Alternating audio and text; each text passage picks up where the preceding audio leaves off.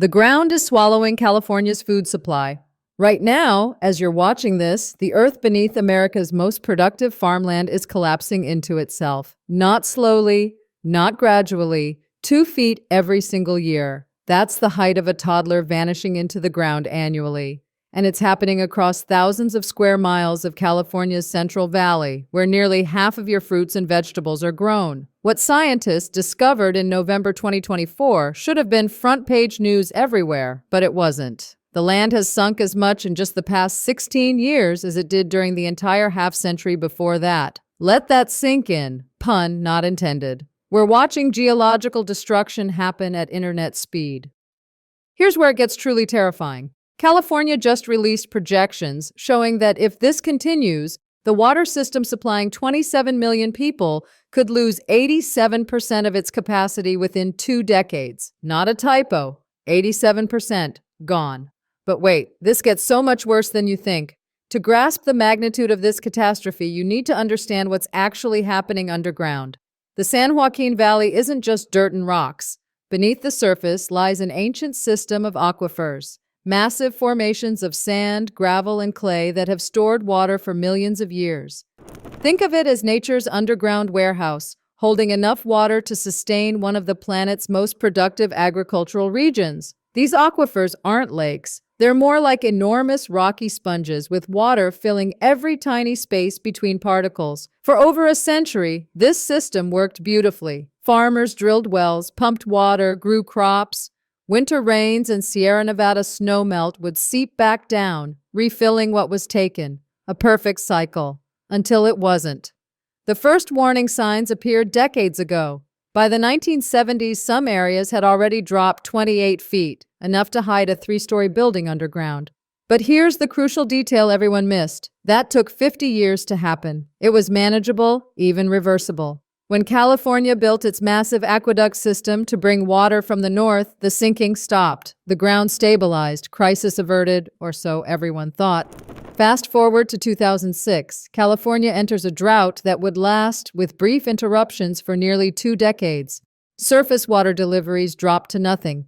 Farmers faced an impossible choice: watch their crops die or pump groundwater like never before. They pumped.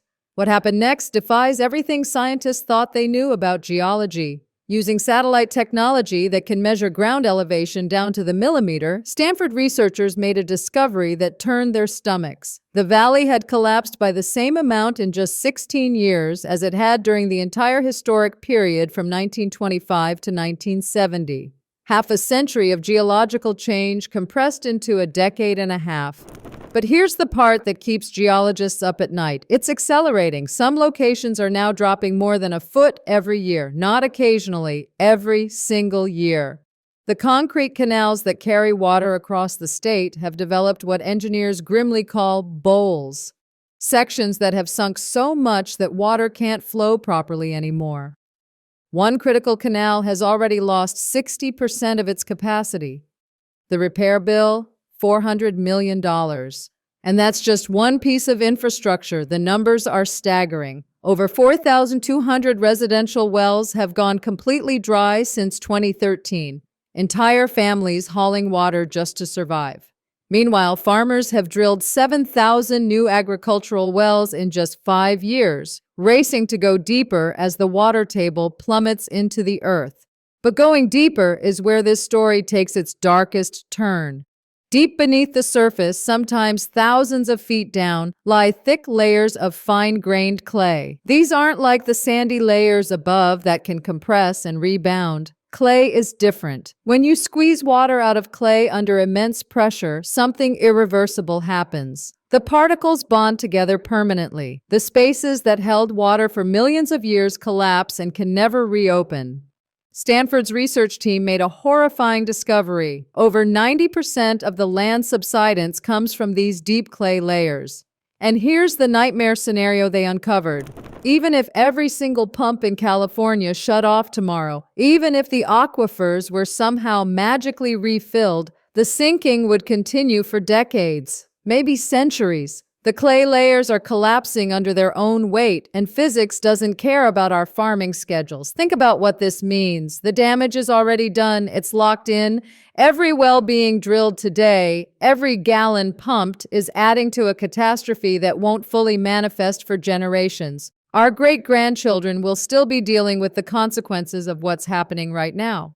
The economics of this disaster are mind-bending. Drilling a new well that can reach viable water now costs over $1 million. The waiting lists stretch longer than entire growing seasons. Farmers are going 2,000 feet deep, depths that were science fiction a generation ago. At those depths, they're not even reaching renewable groundwater anymore. They're tapping fossil water that fell as rain when mammoths roamed California. And every new deep well creates a vicious cycle. When your neighbor drills deeper, they're pulling from the same shrinking pool. It forces everyone else to drill deeper too. A race to the bottom that's literally destroying the ground beneath their feet. For the thousands of families whose wells have gone dry, the crisis isn't abstract. These are predominantly low-income rural communities with no backup plans. They're hauling water for basic needs or abandoning homes their families have lived in for generations. And the official count of 4,200 dry wells, that's almost certainly low. Many people simply leave without reporting anything. But the implications stretch far beyond California's borders. This valley produces 80% of the world's almonds, 95% of America's processed tomatoes, massive percentages of walnuts, pistachios, grapes, and leafy greens. When production here falters, global food prices respond. The State Water Project, the lifeline for 27 million Californians, including Los Angeles, San Diego, and San Francisco, is already operating at reduced capacity due to subsidence damage. That projection of an 87% reduction by 2043, it assumes current sinking rates continue, but the rates aren't continuing, they're accelerating. Urban California could face water rationing that makes current restrictions look like a joke. Here's the part that should terrify everyone. The aquifers aren't just losing water. They're losing the ability to store water. When those clay layers compact, they permanently destroy storage capacity. Even if California got hit with biblical floods tomorrow, even if engineers built infinite surface reservoirs, the underground storage that made this valley's agriculture possible is being crushed out of existence. The state's response came in 2014 with something called the Sustainable Groundwater Management Act. It sounded good on paper: local control, science-based targets, clear deadlines for achieving sustainability by 2040. But there was a fatal flaw in almost every plan developed under this act. They all assumed that once water levels stabilized, the sinking would stop. Stanford's research obliterated that assumption. The physics don't work that way. Stabilizing water levels might slow new subsidence, but the damage already inflicted on those deep clay layers will keep expressing itself for generations. The plans were built on wishful thinking, not science. The proposed solution, managed aquifer recharge, deliberately flooding farmland during wet years to push water underground, faces its own impossibilities. It requires taking productive farmland out of commission. It needs surplus water that increasingly doesn't exist as climate change shrinks the Sierra Nevada snowpack. And it demands funding that most agencies simply don't have. Some regions are already practicing a form of triage. Save the critical infrastructure. Except that other areas will keep sinking. It's not a solution, it's managed retreat. The farming community finds itself split. Larger operations with deep pockets can afford million-dollar wells and cutting-edge irrigation. They're buying time, maybe decades. Smaller farms, especially in marginal areas, face impossible math. Comply with sustainability requirements and go bankrupt. Don't comply and face escalating fines and state intervention. Kings County's response to being placed on probation by state regulators was brutally honest. We have no other economy. Kings County becomes a ghost town. They're trapped between economic death and environmental catastrophe. Every attempt to address this crisis reveals new horrors. Better monitoring technology keeps finding subsidence in areas previously thought stable. The affected zone keeps expanding. Deeper drilling, meant as a solution, accelerates the exact clay compaction causing the problem.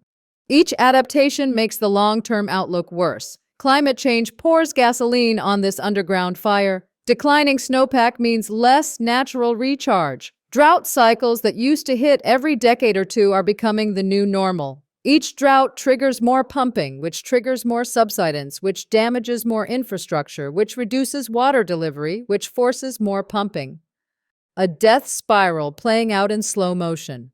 Recent research on continental drying, the global phenomenon of groundwater depletion, suggests California's Central Valley is just one theater in a worldwide crisis. Aquifers everywhere are being drained faster than nature can refill them. The solutions that might work here would require water from somewhere else.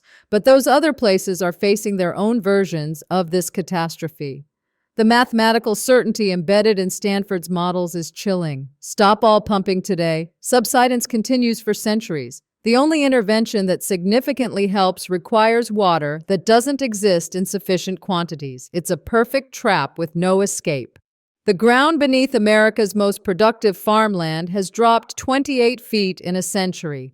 In just the past 16 years, it sank as much as during the entire 50-year period before that. The acceleration is undeniable. The mechanism is understood. The future is mapped in terrifying detail. Stanford's models show what happens next, and it should concern anyone who eats food. The clay layers a mile underground don't respond to water policy or agricultural economics. They're collapsing under laws of physics that don't negotiate. By 2043, the system delivering water to 27 million Californians faces potential 87% cuts. That assumes current subsidence rates, but those rates keep increasing. The infrastructure built to move water is failing because the ground won't stop moving. And it won't stop moving for generations. The questions facing America's food basket aren't technical anymore. They're existential. Can we grow 40% of the nation's produce on land that's permanently sinking? What happens to global food supplies when the Central Valley loses access to water? How do you feed millions when your water delivery system is compromised by ground that won't stabilize for centuries? Those farmers drilling 2,000 feet deep, reaching water that fell as rain in prehistoric times, they're buying years, maybe decades. Below them, clay keeps compacting. Above them, the snowpack that's supposed to recharge everything keeps shrinking. There are no villains in this story. Just farmers trying to survive, communities trying to adapt, engineers trying to manage systems built on assumptions that geology has shattered. Everyone did what made sense at the time. Everyone followed the rules until the rules stopped matching reality. The question isn't whether the ground will keep sinking. Geology doesn't care about our deadlines or our economic needs or our sustainability plans. The clay will compact until it reaches a new equilibrium, denser, smaller, with less space for water than ever before. The question is, what happens when the foundation of America's agricultural miracle finishes its collapse? When wells run dry, not because there's no water, but because there's no room left underground to hold it. When the aqueducts can't deliver because they're too damaged by ground that won't stop moving. Where will America's food come from then? That's it for today, folks. See you in the next video.